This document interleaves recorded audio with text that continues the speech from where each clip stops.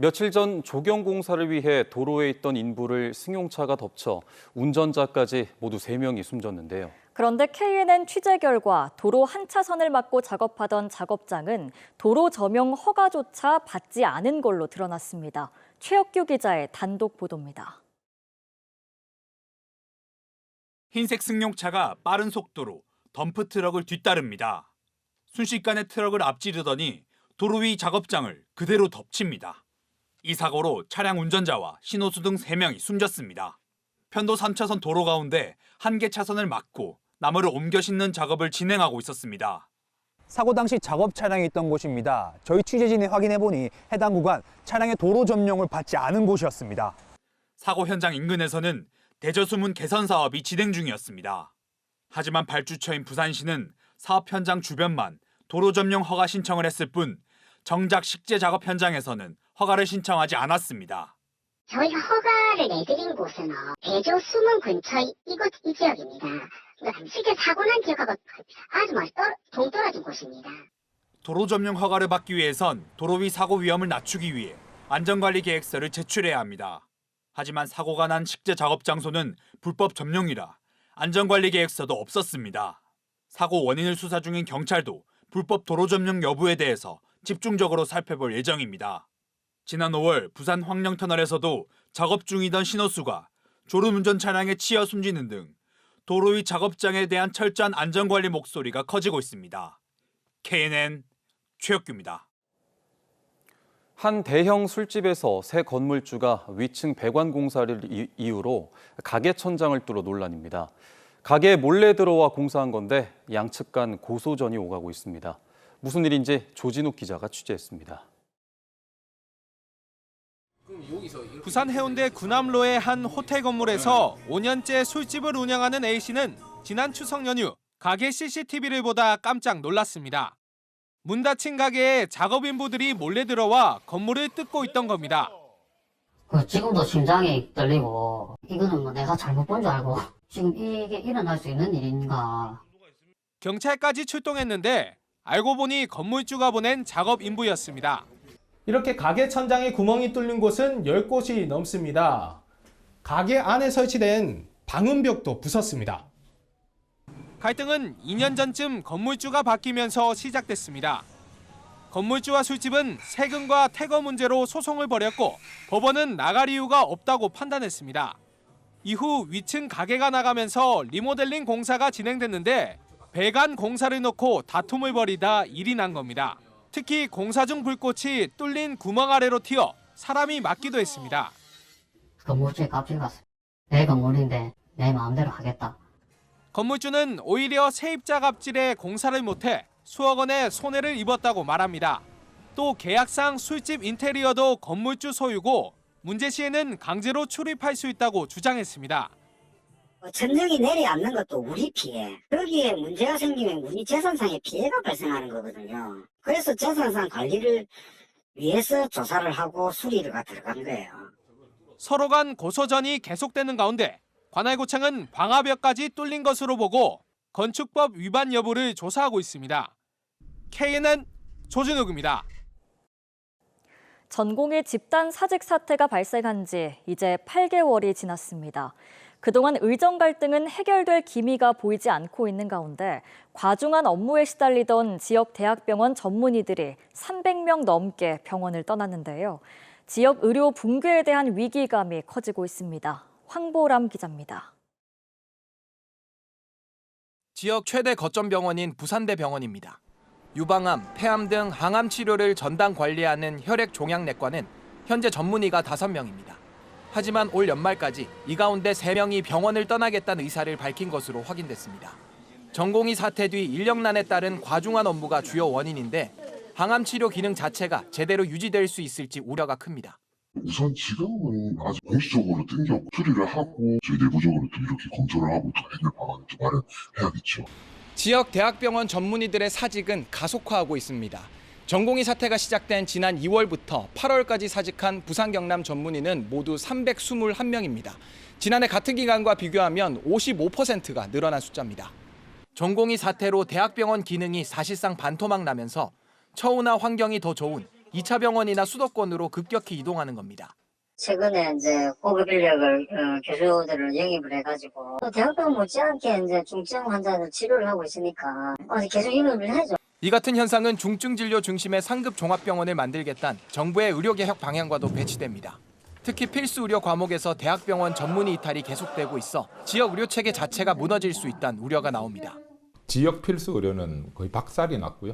지역에서 치료를 끝낼 수 있는 지역 종결 의료는 이제는 상상할 수가 없을 것 같습니다. 상급 의료기관에서 진료해야 될 질환들을 다 커버할 수 있는 게 아니기 때문에 결국 그런 환자분들은 진료를 하기 위해서 수도권으로 올라가거나 여기다 내년 신규 의사 배출도 지난해보다 10분의 1 수준으로 급감할 전망이라 대학병원의 인력 수급은 더 어려워질 전망입니다. KNN 황보람입니다. 정부의 고강도 대출 규제에 따른 여파가 지역 부동산 시장에도 영향을 미치고 있습니다. 경남과 부산이 전국 미분양 주택 수 상위 4위와 5위를 기록하고 있는 가운데 경남의 미분양 물량은 올해 최고치를 보이고 있습니다. 김동환 기자가 보도합니다. 지난 9월 기준 전국의 아파트 거래량은 전월 대비 17.9%, 주택 등 비아파트 매매 거래는 6.5% 줄었습니다. 미분양 주택 수는 경기, 대구, 경북에 이어 경남이 5,500여 가구, 부산이 4,870여 가구입니다. 지난 9월 기준 경남의 전월 대비 미분양 주택 증가 수는 비수도권에서 가장 높습니다. 지역별로는 김해시가 1,480여 가구로 미분양 주택 수가 가장 많은 것으로 나타났고 이어 창원시가 1,400여 가구, 사천시와 거제시, 양산시 순입니다. 준공된 뒤에도 미분양 상태인 일명 악성 미분양은 계속 쌓이고 있습니다. 미입주 새 아파트는 5개월 연속 1,700가구를 웃돌고 있습니다. 높은 분양가도 부담이지만 가장 큰 원인 가운데 하나는 대출 규제입니다. 지금 연말이 다 돼가고 하니까 대출 규제를 완전히 묶어버렸어요. 그래서 조금 더 이렇게 움직이는 부분들이 힘들어서 지금 부동산 경기가 좀 얼어서 있는 것 같습니다. 주거 선호 지역에 수요가 몰리다 보니 입지 경쟁력이 약한 지역의 미분양 물량은 계속 늘어나고 있는 추세입니다. 현재 고금리의 대출 규제가 지방 부동산 시장에 발목을 잡고 있기 때문에 수도권과는 차별화된 거지만 실정에 맞는 정부 정책이 필요한 시점이다 이렇게 보겠습니다. 최근 주택 착공과 준공, 분양은 증가 추세여서 전문가들은 지역 주택 시장의 미분양 해소는 더딜 것으로 전망하고 있습니다. KNN 김동환입니다.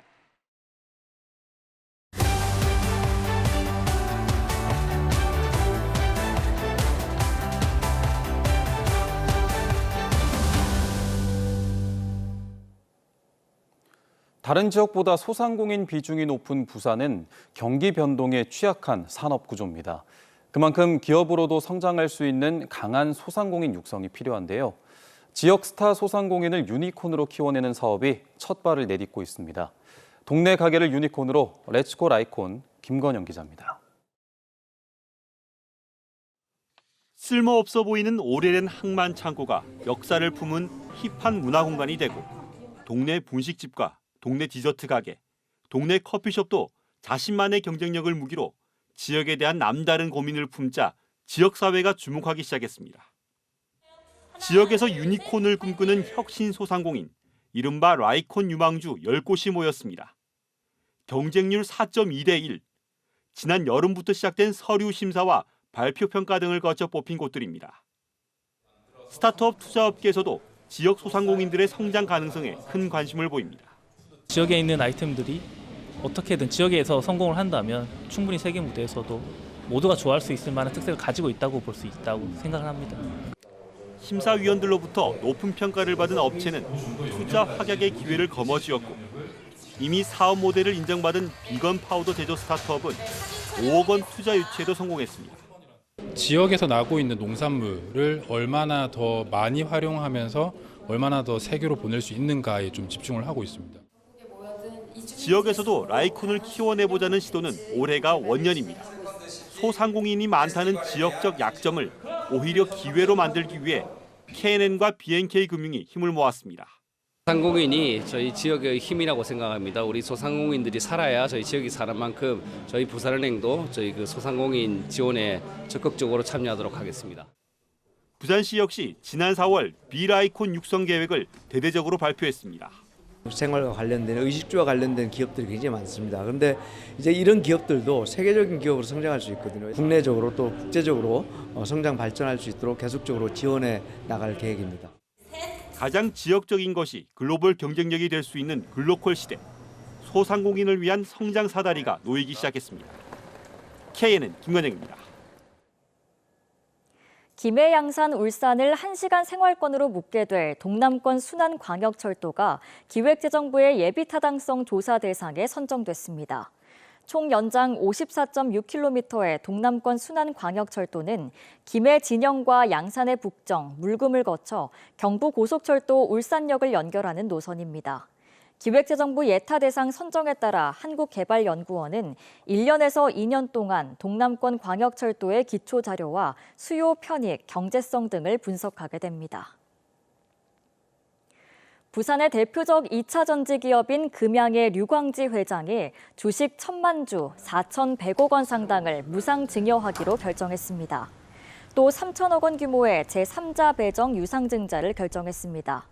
금양은 이번 결정이 책임 경영 혁신안 차원으로 공정률 70%가 넘은 부산 기장군 2차 전지 생산 공장의 차질 없는 준공으로 주주 이익과 가치를 이끌어내겠다고 밝혔습니다. 불법 파업 소송을 제기했던 한국GM 비정규직 노동자들이 소송 제기 9년 9개월 만인 오늘 회사로 돌아갔습니다. 한국GM 창원 비정규직지회 노동자 57명은 오늘 공장으로 복직하면서 동지들에게 고맙다는 말과 남은 협의안에 대해 끝까지 투쟁할 뜻을 밝혔습니다. 공유대학 활성화 등의 대학 혁신이 지역 소멸 위기 극복에 중요한 방안이 될 수 있다는 여론이 커지고 있습니다. KNN과 부산 지역 혁신 플랫폼이 마련한 특집 토론, 부산의 미래 대학에서 찾다에 참석한 학계와 산업계 전문가들은 위기에 직면한 지역 대학들이 인적, 물적 자원을 공유하는 형태의 대학 혁신의 필요성에 공감했습니다. 또 대학 혁신을 통한 지속적인 인재 양성이 이루어져야 대학과 지역 모두 지속적인 성장이 가능하다는 데 의견을 함께했습니다. 부산 지역 공인회계사들이 창립 30주년을 맞아 지역사회 공헌 확대에 나섰습니다. 부산 공인회계사회는 창립 30주년 기념식에서 부산 사회복지 공동모금회, 다운 다문화 청소년 오케스트라, 그리고 시민단체인 부산경실련과 공헌협약을 맺고 좀 더 나은 부산을 위해 지역 공인회계사들이 힘을 보태겠다고 밝혔습니다.